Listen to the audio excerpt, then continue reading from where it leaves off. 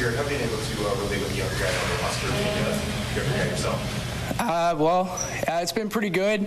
Obviously not that far removed from playing, so kind of see the game the same way. Some of the defenses that we see nowadays is obviously what I saw as a player. And then obviously being around Coach Sat and Coach Roll previously, that really helped me with the familiarity of this offense that we're going to run. Hey, Coach Roll said you've seen 4 offenses in 6 years with all the coaches that you've worked with. What are the hallmarks maybe of this offense, and what advantage is there to kind of knowing every kind of offense that you've already learned? Yes, sir. So my opinion, I've just seen a lot. Obviously, a lot of people run the same stuff. I'm a firm believer in showing the guys NFL tape. So if you saw me about 4 or 5 hours ago in the morning, I was breaking down some NFL tape because I think if they see the best of the best do it, they learn better than going to see a guy that, on the same playing level. So obviously being around those offenses and the different trees, so it's a little easier for me to kind of teach, in my opinion, just being exposed to that. What guys did you show them? What NFL guys? It's really everybody. A lot of guys like the Jamar Chase, they like the Justin Jefferson, the Tyreek Hill. Me, my personal favorite's DJ Moore, obviously. So, it's really just anybody, whatever I can kind of get my hands on. And, it's like my personal project throughout the night or the early mornings.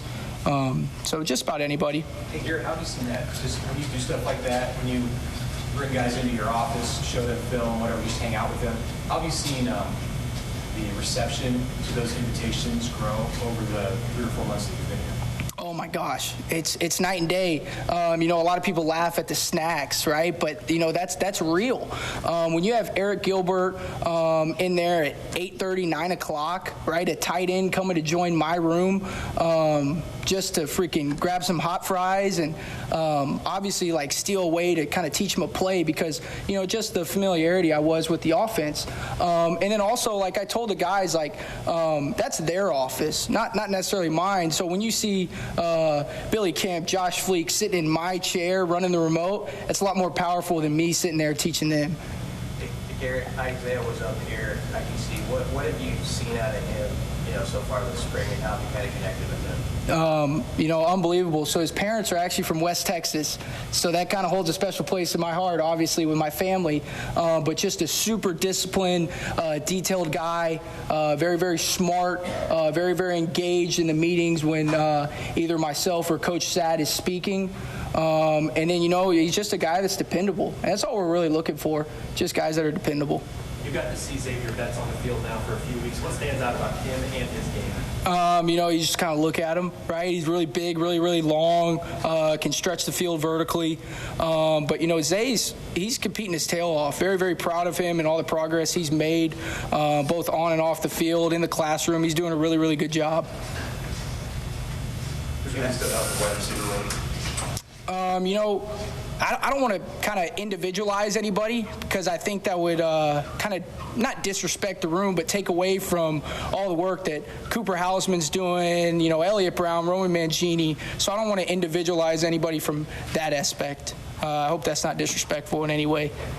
Last week, Coach Barthel was telling us he was really in the developmental stage right now. Where do you feel like you are in terms of bringing the guys along? Yes, sir. We are a developmental program, so as you see, like, we are getting a lot of reps. We got, just in my room alone, we got 180 reps last Thursday. So, that's as good as teaching as you can get once you're on the grass and actually doing it. So just to see, like, young guys like Sean Hardy, Victor Jones, Alex Bullock go out there and get 30, 40 reps a day, right? That's developmental. So I think we're all in different stages in that room, obviously with guys that are in their 6th year and then guys that are in year 2 or 3. How big of a part of your job is that, to develop young guys and turn them into players who can grow in your program over 3 or 4 years versus what you're doing with Billy or with Josh? You bring guys in toward the end of their careers. Where do you place the importance of taking a freshman, like Malachi's out there following around today, and working with him over the next 3 years? Right. Yes, sir. So if you see the trend in recruiting, we're always going to recruit on height, weight, speed, right? The tape is kind of the advantage, right? But we want to get guys that are tall, long, and fast. So that's why it's so important to develop, and that's why we're here, is to develop guys both on and off the field. I know you don't want to do individual breakdown on every guy, but Marcus Washington's a guy who's obviously had a pretty long college career. What's sort of been your message to him and getting to know him as he's adjusted to each other? I'm his third or fourth receiver coach. I think I'm his fourth receiver coach, and obviously that's tough on everybody. So first thing I had to do was build trust with him, and that came from me learning about his 1-year-old son Mason. So obviously he's got stuff that off the field that he's working for, which everything. When it comes to like being a player, if there's a why behind it, you're going to work harder. Right. So, and then obviously when it comes on the field, man, he's a competitive sucker, which, anytime you can bring that to the receiver room, we want it. Garret, how about Josh Fleets? What's that transition been like, kind of going from peers to the coach-player relationship? It's been awesome. One, because, I was asked earlier, I got to be in 4 offenses in 6 years. He's been around those. He's been around 2 of them. So sometimes, a lot of the times when I speak, I can kind of speak his language, and then also there's 2 or 3 times where I'm showing a clip and he's on the clip, right? And then obviously, we're installing the brand, we're installing Husker Speed, and he knows that. So anytime he's on the field and can kind of show what Husker Speed really looks like, that speaks volumes to the room. What's Husker Speed? Playing with overwhelming effort, play after play. Garret, obviously you're the young guy on staff. You have all this energy. How much fun are you having being here and coaching these guys? Yes, sir. I'm having the time of my life. Not only because of the room, right? Everyone asks what I love about Lincoln. The first thing I say is my players. But then, too, I get to be around Coach Sat and Coach Rule every day who, you just look at, we are identical. All 3 of us are coaches' kids, right? We care a lot about football and we care a lot about kids. So me getting to wake up every day and go see those 2 guys is a dream come true for me. Coach Rule said, you've worked with some pretty tough coaches, and Coach Rule's kind of known for coaching his coaches up. How much do you welcome the constructive criticism from Coach Rule and Coach Satterfield, knowing this is your first stint as a position coach? Yes, sir. So what's awesome is both of those guys have coached every single position on offense. I think Coach Rule maybe didn't coach running backs, but Coach Sat, he's coached every position. So when they talk, it's not like you're just listening to a guy that's always coached quarterbacks his whole career. No, this is a guy that Coach Sat played receiver, coached receiver. So when he speaks, you got to perk your ears up and listen.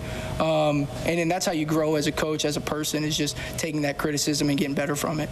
Is there a different vibe, a different feeling from the NFL compared to college football? Does this feel a little different right now than maybe a year ago? Actually, I don't think so. So I got to text a few guys yesterday because, OTA started for a couple teams and was just wishing them good luck. And, OTA is a little bit different than this. I think they can only lift and meet. But those guys were jacked up to get back in the building. They go, a lot of them go 3 months from the end of the season to now of not being in that building. So they got some juice going back. And then these guys, right, they're some of them 19, 20 years old. They naturally wake up and have a little bit of juice to them. Is there a difference between us working with guys in the NFL versus now you're working with college football players? No, I don't think so. Obviously time constraints. That's probably the biggest deal in my opinion. But I always go back to the Nick Saban quote. They don't care about how much you know until they know how much you care, and that's every level, right? Anything else for Garret? All right, thanks. All righty, thank y'all. Y'all have a good day.